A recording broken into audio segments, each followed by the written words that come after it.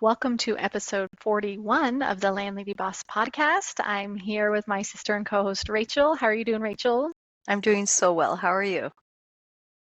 I'm doing well. I'm so happy to be here. It's just been a crazy week getting all settled back from Nicaragua and getting back into the swing of things in the Midwest. It's not that I'm not going to be back in Nicaragua. I'm definitely going to be going back and forth. As you know, I still have my project there, the house that we're renovating. So I'm staying updated on the videos and pictures that my contractor's sending them, but definitely in full swing on projects in Indiana. I don't seem to be able to stay away from projects. Rachel, do you have the same affliction? I don't know what it is. I think right now I'm looking at just different design projects. So I am working on designing an interior of a student complex here in Bulgaria. So that's kind of exciting. Oh, that's Yeah, exciting. the American University, they're going to be building the third Skaptopara third building, and it's for students' Wow. dormitory. And I get to design beds and desks and colors of the paint and how it flows and everything like that. So it's my favorite part of the Awesome. job. Yeah, so that's what I'm working on. That is exciting, but I think you're like me in that you like to have a project going on, you like Always. to be mentally engaged in something and kind of having a creative outlet. So Yeah, sometimes it's good, sometimes it's a little yeah, overwhelming. But today we want to yeah. talk about a topic that I see pop up a lot, especially with women, how to get your partner on board with rental properties and real estate investing. I Yes. think if the man is interested in it, then often I feel like the woman can see kind of oh, that makes sense, or this would be nice. But I feel like often if the woman is all into the real estate investing Mhm. and the guy's not so interested, it might be a little harder for him to come around. And maybe that is just my perception. What is your experience, Rachel? Well, my experience is that I was home with the kids and he was working. And so he is definitely the style. He's a professor. He loves having a job that pays every month and has retirement benefits and insurance. And real estate is something that feels risky and scary to him. That's not how he operates. And so for me to come together, they've put together these like real estate deals and find property and leveraging a mortgage or anything like that feels risky to him. So our conversations were definitely me wanting it and him saying, but really, yeah, no, really, why? Eh. Yeah. I think that is so true. I think often you'll have in a couple with a partner, one that is all in for the risks, is like, this will be great. And then the other one that's maybe more the breaks and saying, hey, I'm not so sure, or they really want that stability, Yeah. or yeah, not the risk taker. So I think that's important in a relationship, kind of identifying why they may be hesitant, identifying what's the source of those. Maybe someone does need a certain level of security so that they don't feel uncomfortable. That's why I think it's really important to identify what their hesitations are. I mean, we don't want this to be a source of contention. We don't want to have conflict. The whole point is that you're growing together and working towards common goals together. Definitely. So I think that the first part was understanding why. And maybe they come from a family that struggled. And so the idea of risking any of the security and safety and tipping that boat might be like their exact worst fear. And so you got to address that. That's a real one. Another one could be that they just don't know that the market's good. They don't know anything about it. So the lack of knowledge, that could definitely be a reason why they're afraid. Is and you've done your homework, but do they know the things that you've learned, So that's another place. Yeah, I think that's important to take them kind of on your journey, whatever started it. Maybe it was a life event that made you realize, hey, I don't want to work until 65, or I don't want to have my spouse or partner gone so much, or I want more time together, or I Mhm. want more security in the future. I want a better retirement. Whatever your goals are, or whatever helped you get to that point, you have to understand that your partner maybe hasn't had that same epiphany yet. So kind of take them on that journey with you, maybe help explain that. And then if you've been listening and studying and educating and trying to learn more about it, maybe give them some of those same books you've been reading or podcasts or different things to help them kind of see where you're coming from, and then talk about your values together. I think if you can come together and have a common goal together, and maybe if you're explaining, I don't want you to have to work so much, or I want to have more time with you, or help them to understand what your goal is together, then I think that would really help them to come along with you instead of just see this as a big, risky, scary thing that I know nothing about and I don't want anything to do with it. I think that's really good. Also, I think if it becomes a source of conflict in your marriage, then your partner is definitely going to dig in their heels and resist. And so it has to be done in a very understanding way, where you both talk about your goals and your why and their why, and come together. Because if it becomes a conflict, then this isn't something that's going to happen. It just, you have to both be on board to move forward. So try to avoid name calling, try to avoid creating bigger stakes that I have to do this, the language that you use, try to keep it more casual, try to keep it more relaxed, so that it's not, it doesn't become another thing that your guys are in conflict about. So, yeah. Yeah, and I think avoid overwhelming with so many details. If you're just throwing out acronyms and this ROI, cash flow and your ROI, like all these acronyms and lingo and vocabulary, it may make them feel a little inferior or insecure. intimidated. And I mean, so that may be overwhelming for them too, and intimidating. A lot of people don't want to be put in positions where they're going to look foolish or sound dumb. And so, at least starting out, use a language that they understand. And, you're talking about their concerns and where you're being empathetic and understanding where they're coming from and not just going on the defensive. So, from the get-go, just try to be understanding, and then also making sure they understand that, this is for the whole family. This isn't just you wanting to go off and have this grand adventure. You're trying to do this for the entire family. Right. And I think the beginning of it all is to start with where you are and what you're spending. So put together your family budget.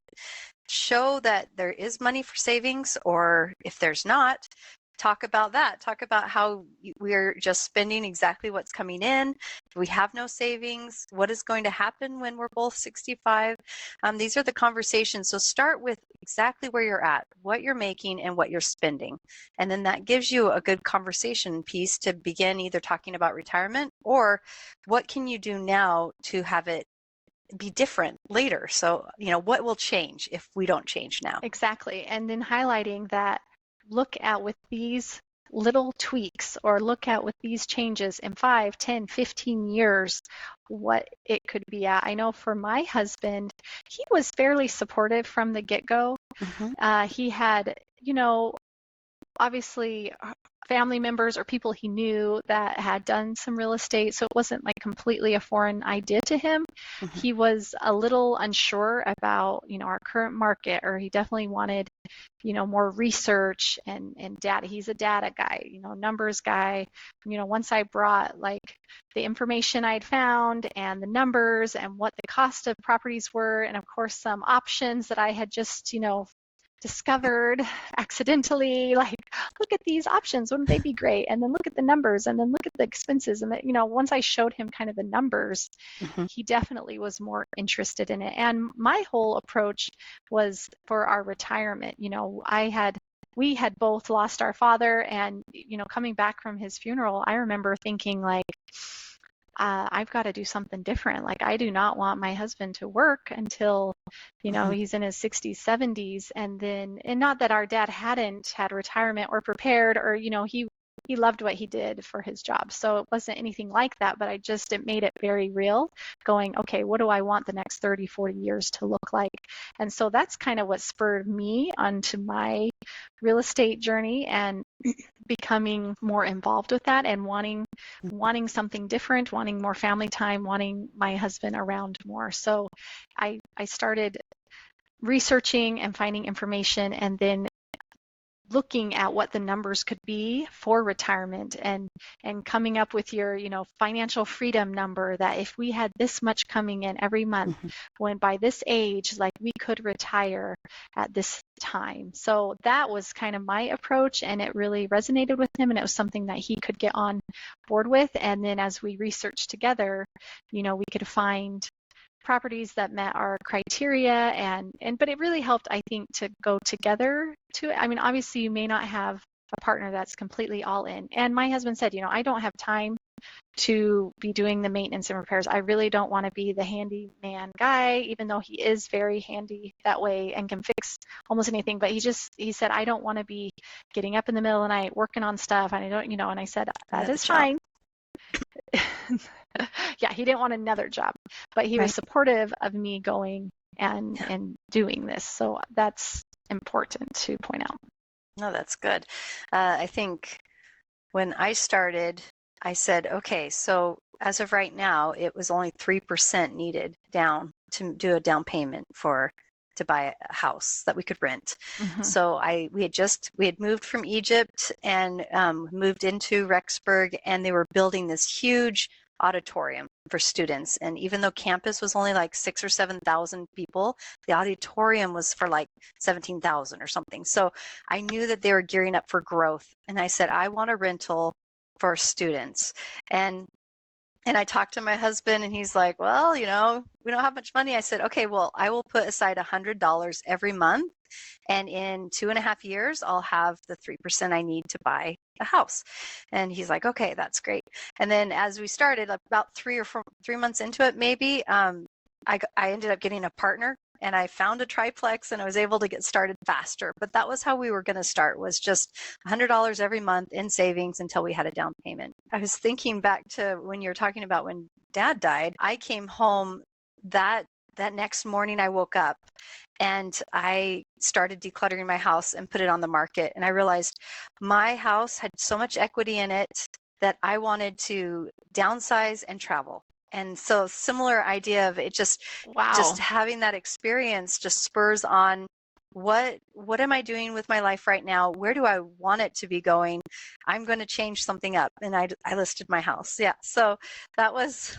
Isn't that interesting? Yeah. Like when you have those events, how does it make you react? I know we had one sister, because our dad did die of cancer, that she went on a health research binge, I guess. I mean, she just was learning everything she could, and the anti-cancer diets. And I mean, she went full vegan, and she still is to this day. So I do think it's those like life events that make you question and however you respond to that. But isn't it interesting?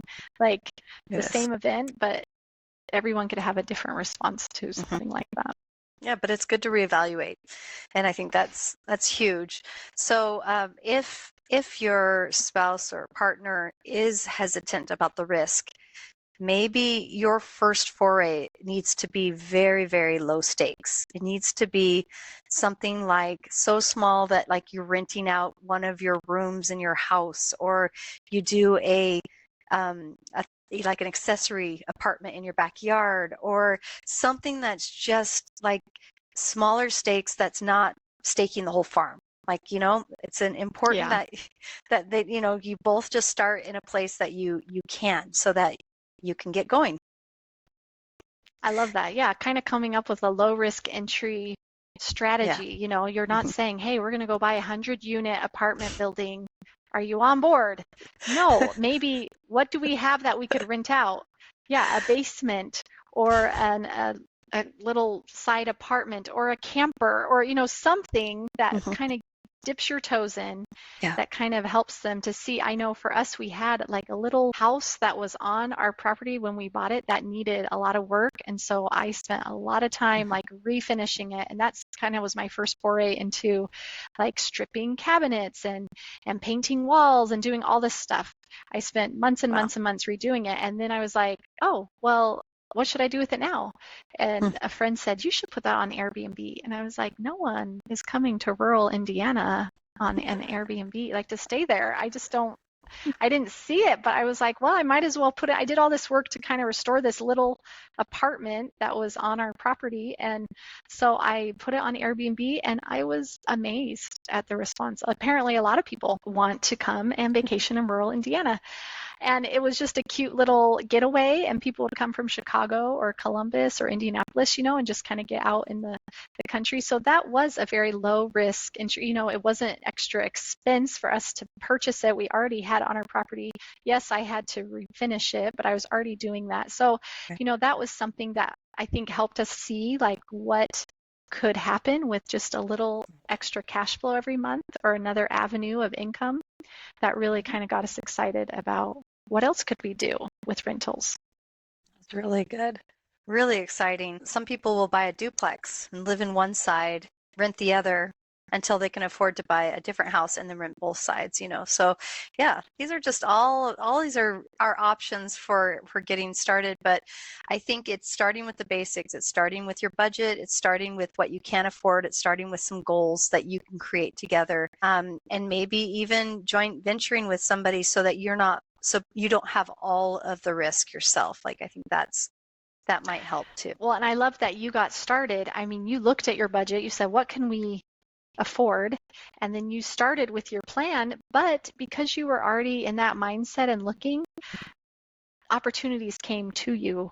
I mean, you didn't sit back and they just happened, but I mean, because we bought a rental, our first rental house, we bought that, and then because we were kind of in that sphere, I want to say, people approached us and said, hey, do you want to get another house? We would be happy to be a partner with you, but we don't want to mess with the headache. So, I mean, I think if you're scared to get started or your partner is hesitant or saying we don't have any resources, start getting into that mindset, start going to those meetups, start putting yourself in the arena where people are in those areas, and opportunity really does come when you start thinking like a real estate investor and start trying to learn as much as you can and network with people that are in that arena.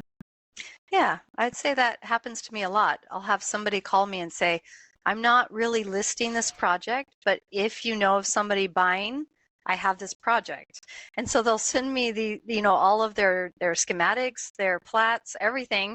And then it'll come up, I'm talking to somebody else and they're looking for a project at 1031. And I'm like, I have something. And then I'm sending it to them. And so it's being open and looking on Zillow and looking on MLS and being aware of what's out there. If this is a goal of yours, it starts that. And I think that's what happens is the triplex popped up right across the street from campus. I knew it was a really good thing to do and to buy, and the location was amazing. So then it's a lot easier for me to get a partner because I found this opportunity and they don't have to find it. They just need to be presented. So that is good. Right. And a lot of people don't want the headache. So yeah, if you're like, hey, I want to mess with the headache part, I want to handle the reno, I want to handle the tenants, whatever, you play to your strengths. And then people that are interested in that, but they don't want to mess with that, they could handle the financial part. So finding what people's strengths are, and same with your spouse or partner, play to their strengths. Say, I understand you don't want to paint and you don't want to be laying flooring, but what you really are good at is looking over contracts or running the numbers or analyzing markets or whatever their strength is or whatever they get excited about. Find that arena. Maybe they love picking the colors and they really want to help with the design part, but they don't want anything to do with the tenants or the number. Great. So find the things that excite them and play to those strengths, because you really are a team and you can complement each other so well if you find those things that excite you, but you could also help each other. I think the next part of that is as you're looking towards something, is it to build something bigger? Like like the first thing that you buy, is it in itself? Are you keeping it, or is it an asset that you eventually want to tear down and build something bigger? Because knowing that, you need to make sure the asset can pay for itself until it gets to that point. Like it needs to be, and I think that's when we're about to talk about the numbers. Like it needs to be able to work all by itself, independent of work going into it, if you're starting with low stakes. Like you need something that can actually, keep itself going before you put money into it if you don't have a lot of money. That's an important one. Right. Finding the right deal is super important. And as you're just starting, it's going to take more time and energy to find those deals than later on when you're more used to what you're looking for. And you may start in one area and be like, you know what? I think that's not where I want to go into, and I'm going to try something else. But don't get so locked in one lane that you can't branch out. I know when we had our first commercial building opportunity presented to us, I was so in single family home rental mode that when it was first, someone approached me about an office building that they had, that they said, I don't know that I want to mess with this anymore. I'm kind of getting older, close to retirement. Would you be interested? And at first I was like, no, I don't do commercial. I'm not in the commercial lane. Like, I don't know. And then, my husband's kind of looking over the numbers and looking at some things, and he was like, maybe, we maybe should look at this. And I was like, I don't know. I don't know anything about commercial contracts. I'm all into single family home. And he's like, let's take a look at this. So it was actually funny because, he was the one that was more hesitant at the beginning. But then as he had gotten more confident in things, and he had seen me become more confident in areas that I had grown, then he saw opportunities that maybe I couldn't see. So, I mean, it's great that we have each other to kind of balance, because I was not excited about commercial, but now I'm so happy that we did.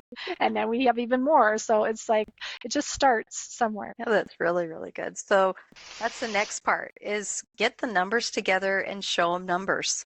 Like nothing is as exciting as saying, "Hey, we could have an extra $2,000 a month, dear." Like I like it. Right. What would you do if you could have $2,000, $5,000? What would you do with $10,000 a month? This is a fun conversation to have with your partner, because it gets the wheels turning. It gets them thinking outside of just the normal grind, and we're just trying to get these things paid off, or if I have anything left, then I put it in retirement, maybe, like it gets them thinking. So get them kind of salivating, thinking about what could be, and then offer a mistake. Okay, that is true. There are countries that allow you to come get a visa if you can show that you have residual earnings or remote work. So let's just say that if your goal is to live abroad, maybe creating a business or a set of investments that pay you each month, that will give you the ability to go live abroad. So this could be your goal as a partnership that you want to, fulfill, and property might be the way you can get there. That's true. I think identifying those goals is going to be so important. And then when opportunities come, or I think those hard decisions to make, you can go back and say, okay, well, is this in line with our goals? Or like, what are we working towards? Or is this just another shiny object or workhorse or something like that? Because if your goal is to move abroad, or to work half the year, or to take up kite surfing, whatever your goal is, if you have those goals, then when opportunities are coming, or you'll be more focused in what avenues you go into, because there's all sorts of styles of real estate investing too, and some take a lot more hands-on, and some are a lot more hands-off. So depending on what your goals are will determine what you go into. Right. And creating a matrix for that. Are you looking for a certain gross amount? Are you looking for a certain net? Are you looking for a certain amount of properties? Are you looking for a certain amount of doors?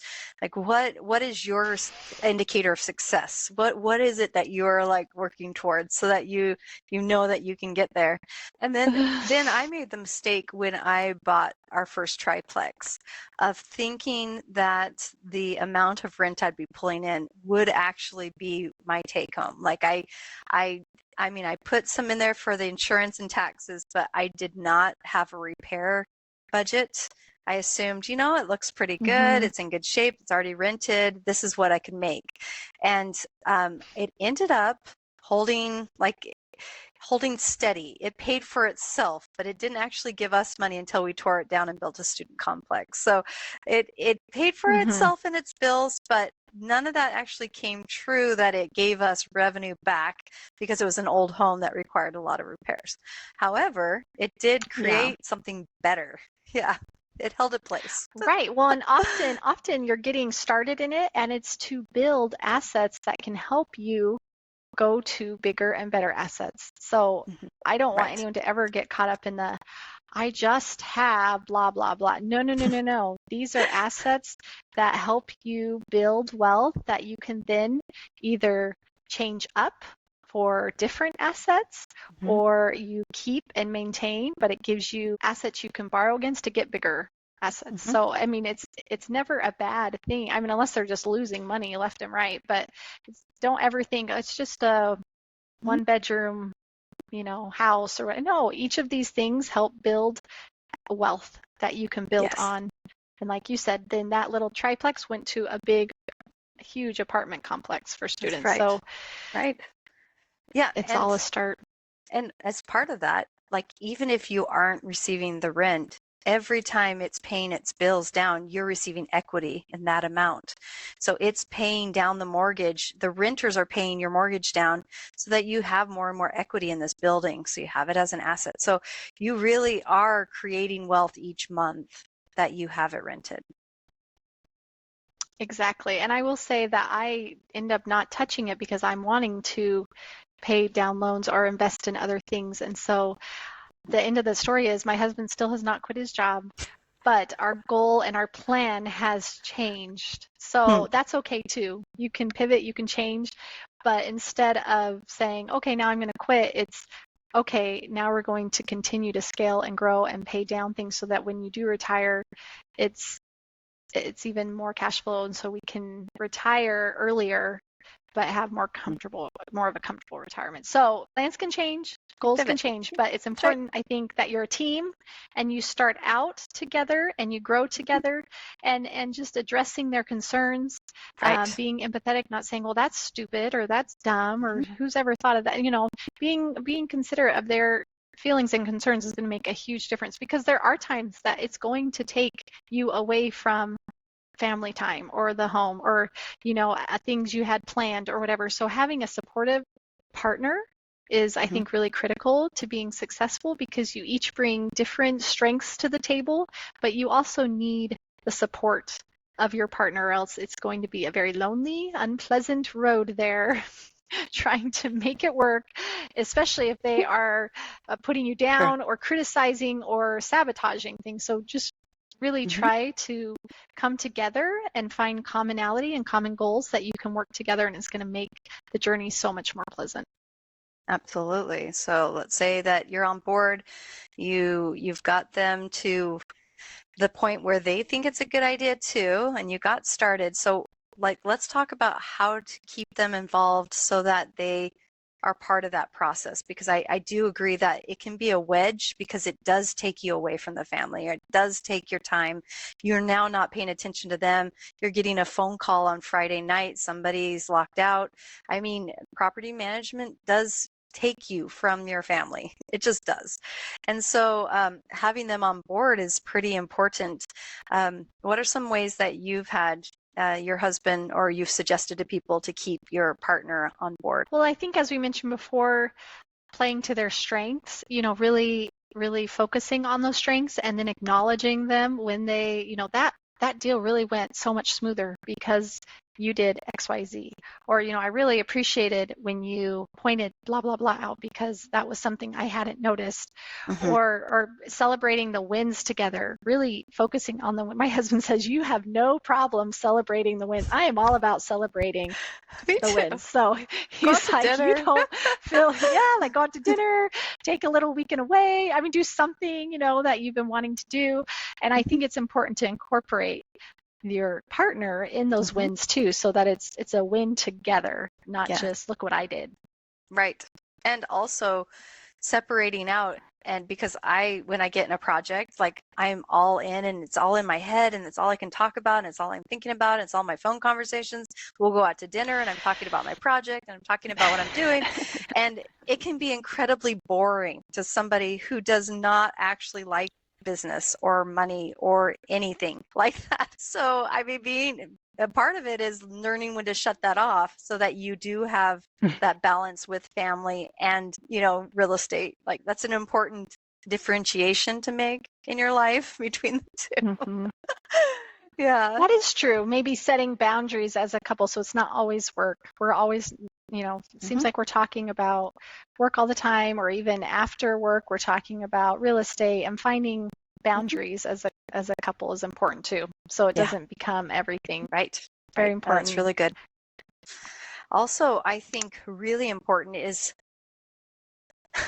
to separate your finances, because you need to be able to not have them commingling with you and your partner's finances.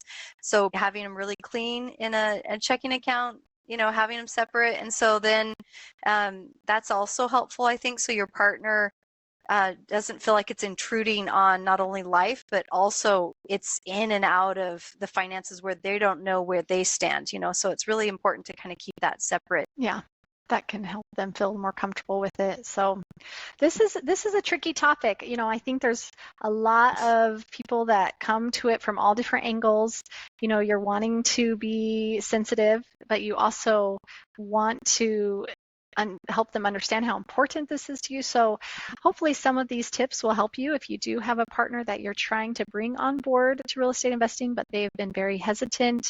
It's not trying to trick them or do anything that manipulates them, but just hoping that together you could come and have common goals and see what could be together, because that's the goal, is to strengthen your families and strengthen your relationship and build something really lasting together. So good luck in your endeavors. I would love to hear some of your stories and examples. If you'd like to email us, we're at landladybosses@gmail.com. And we have on our Facebook and Instagram this week talking about different things going on with bringing your spouse or couple into real estate. So we'd love to see your comments or your tips or advice you might have. And if you are interested in any of our courses, we have different courses, different workbooks to help you get started. And maybe that's something that would help your partner feel more comfortable if you did something together, training and maybe learning from people that have already done it, so they don't feel so uncomfortable. So check out some of our courses on landladyboss.com, and maybe that would be a good starting off point for you. So good luck, happy renting, and remember, no one can manage your properties as well as you.